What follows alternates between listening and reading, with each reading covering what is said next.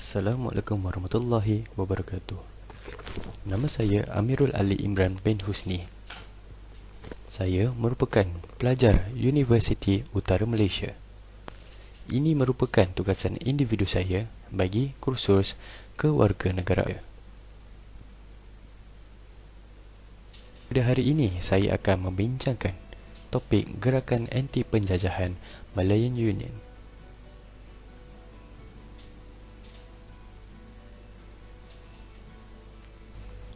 Sebelum itu, saya akan memperkenalkan siapa itu Malayan Union.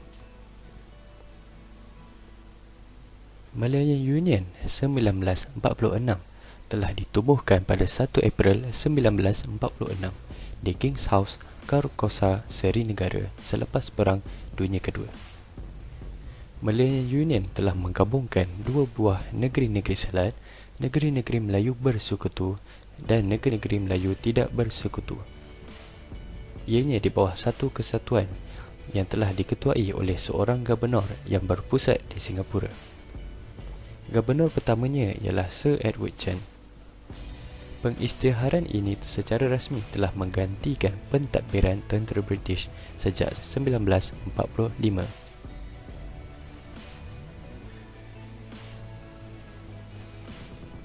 Berikut merupakan gambar Sir Edward Chen, iaitu Gubernur pertama Malayan Union.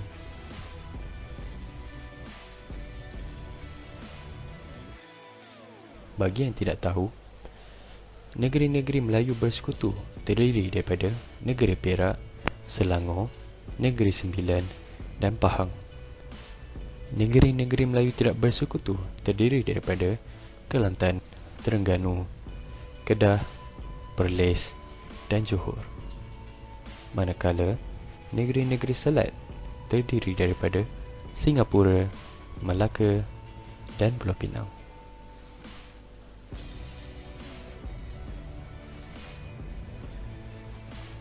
Antara sebab-sebab pengenalan kenapa Malayan Union telah diperkenalkan.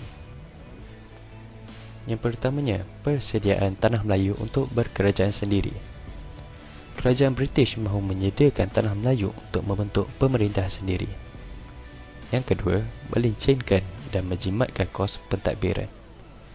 Kerajaan British mahu menyatukan unit pentadbiran di tanah Melayu yang sebelumnya terbahagi kepada 3 unit, iaitu negeri-negeri Selat, negeri-negeri Melayu bersekutu dan negeri-negeri tidak bersekutu.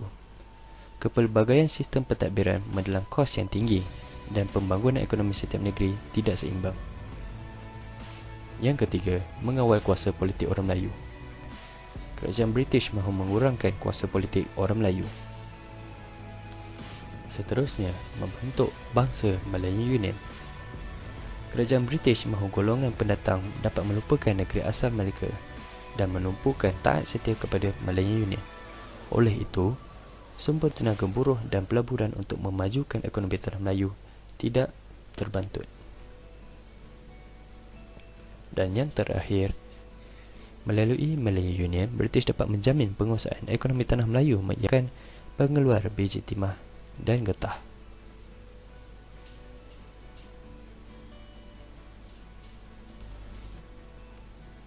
Malayan Union telah dirangka oleh Major General Ralph Hone.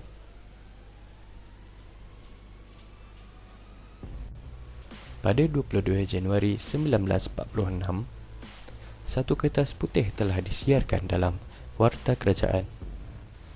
Rancangan ini dikenali dengan Kertas Putih 6724. Kertas putih ini telah membentangkan dasar-dasar yang terkandung dalam Malayan Union.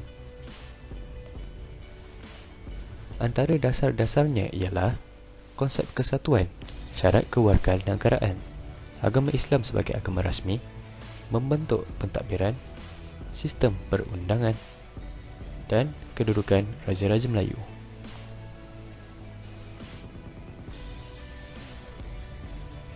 Antara ciri-ciri perjanjian Malayan Union 1946 ialah semua negeri-negeri Melayu bersekutu dan negeri-negeri Selat diletakkan di bawah satu pentadbiran. Ianya diketuai oleh seorang gubernur British yang dilantik oleh Ratu England. Parlimen British menjadi pemutus undang-undang Malayan Union. Seorang pesuruhjaya negeri dilantik menjadi ketua pentadbir setiap negeri. Majlis Eksekutif dan Majlis Undangan Malayan Union dibentuk. Majlis Raja-Raja Melayu hanya berkuasa membincangkan adat istiadat Melayu dan hal berkaitan agama Islam sahaja. Singapura pula diasingkan kerana kepentingannya sebagai pelabuhan bebas. Kewarganegaraan yang sama rata dengan prinsip menjadi asas kerakyatan Malayan Union.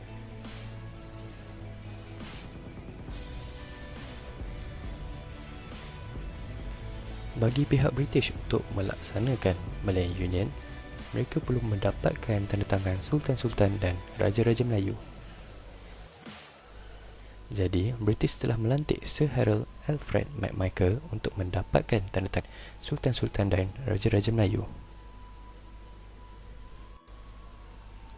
Pada 11 Oktober 1945, utusan khas Kerajaan Inggeris Sir Harold McMichael telah tiba di Port Swinton.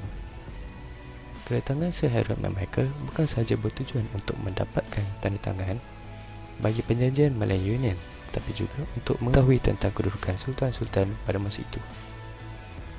Dalam masa 2 bulan sahaja, Sir Harold McMichael telah berjaya mendapatkan tanda tangan 9 Raja-Raja Melayu. Antara Raja-Raja Melayu yang telah menurunkan tanda tangan ialah Sultan Pahang, Sultan Perak, Sultan Kedah, Sultan Johor, Raja Perlis, Sultan Pahang, Sultan Kelantan dan Sultan Terengganu.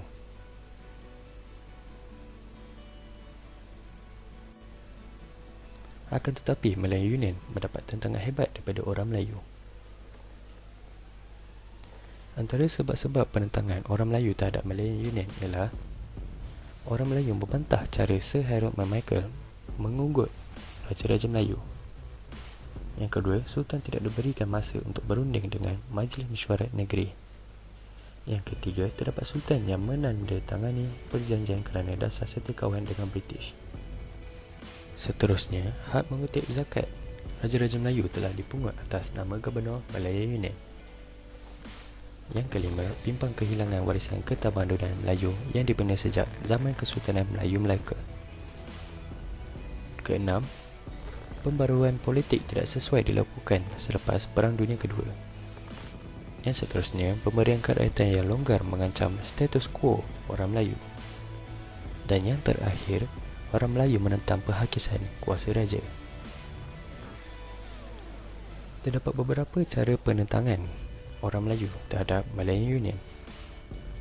Antaranya ialah demonstrasi tunjuk perasaan secara besar-besaran di seluruh negara oleh pelbagai persatuan, antaranya Persatuan Melayu Kelantan, Persatuan Melayu Kedah, dan demonstrasi oleh kaum wanita di Johor. Selain itu, Kongres Melayu Semalaya oleh Datuk Onn Jaafar dan Persatuan Melayu Selangor. Ianya telah dihadiri oleh 107 wakil dan 56 pemerhati dari 42 pertubuhan Melayu.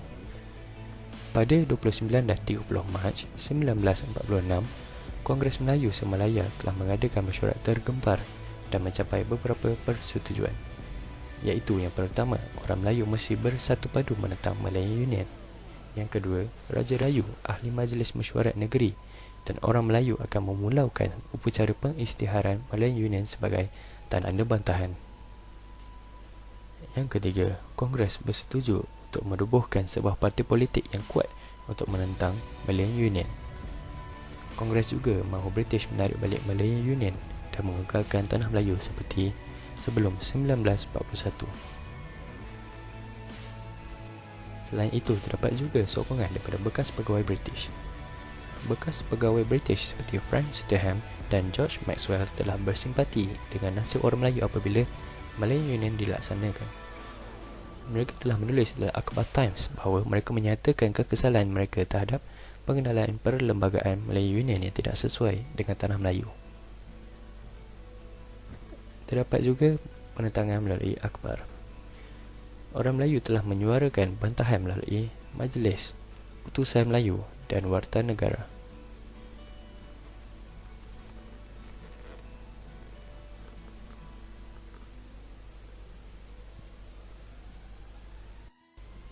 Berikut ialah Datuk Wan Jaafar yang merupakan pengasas dan presiden Parti UMNO.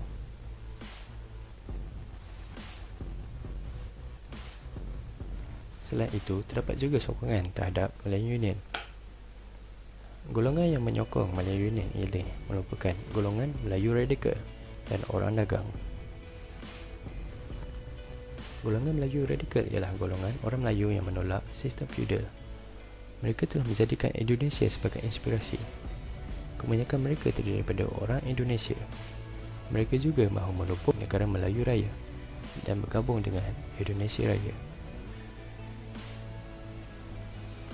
Antara sebab-sebab sokongan ialah mereka bersetuju dengan dasar menyatukan negeri-negeri Melayu menjadi sebuah unit politik. Dasar ini dapat melincingkan pentadbiran. Mereka juga mempercayai janji British bahawa mereka akan memberikan kemerdekaan kepada tanah Melayu.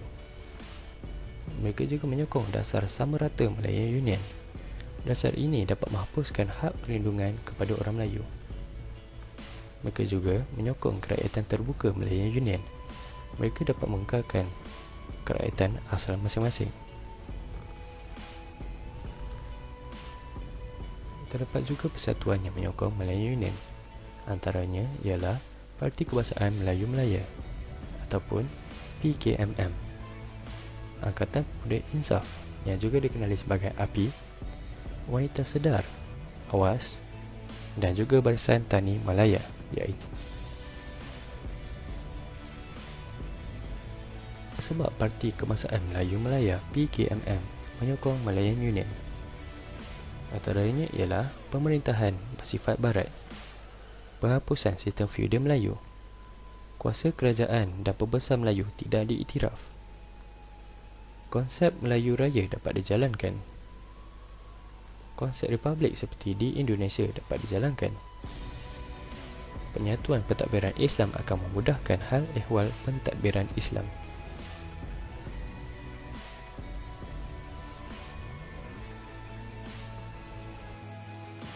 Konsep tersebut juga mendapat sokongan API, AWAS dan Batas. Selain itu, terdapat pegawai tadbir Melayu yang menyokong Malayan Union kerana mereka berpendapat bahawa British merupakan kuasa besar dan memiliki kecekapan untuk membangunkan tanah Melayu. Dan akhir sekali, pada 1 Februari 1948, dengan rasminya Malayan Union telah dibatalkan. British telah bersetuju untuk perunding dengan Raja-Raja Melayu dan UMNO bagi membentuk sistem politik dan pentadbiran yang lebih baik setelah orang Melayu mengambil langkah tegas membantah penubuhan Malayan Union. Melalui rundingan ini, maka terbentuklah Persekutuan Tanah Melayu. Jadi, itu saja daripada saya. Terima kasih kerana menonton. Jangan lupa subscribe, like dan share.